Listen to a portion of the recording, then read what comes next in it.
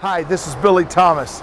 Right now, I'm in Fairbanks, Alaska. We're out here on one of the major roads of Fairbanks, and I got to be honest with you, it's cold. We're heading back to Georgia tomorrow, and I'm looking forward to a little bit of warmth. If it can just get up to 40, I'll be happy. But I wanted to share a quick word with you, if I could, this afternoon. You know, the other day I was thinking about this, and I asked this one question: what next? What next comes in life? And I realized that over the last few months, there's been a lot of that question that's been coming up in people's minds, because they're asking the question, what is next for my life? What is next for what I'm going to do?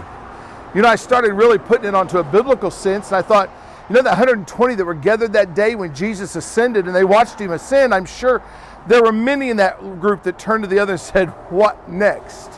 I thought about Paul on the road to Damascus. He had a plan. He had gotten orders. He was going to go search out the Christians and bring them back for possible assassination, killing, judgment. And yet God stopped everything, and he was taken to a house down on the street called Straight, and he had to sit there and wait for one named Ananias to come and bring a word to him. And I asked the question, what next? I'm sure he asked the question, what next? And all of a sudden it dawned on me, and this is what I want to share with you today. If you're asking the question, what next, you basically have two options in this. Number one, you can say, what next? And the word is, go pray until the Holy Spirit gives you an answer. Or number two, what next? Here's it is. You pray until somebody comes and says, hey, the Holy Spirit spoke to me and told me to come down here and tell you this. In other words, our what next has to come from God. The Holy Spirit was sent for a purpose. It was sent for divine revelation. And that divine revelation and purpose is to give you a word, to give you direction.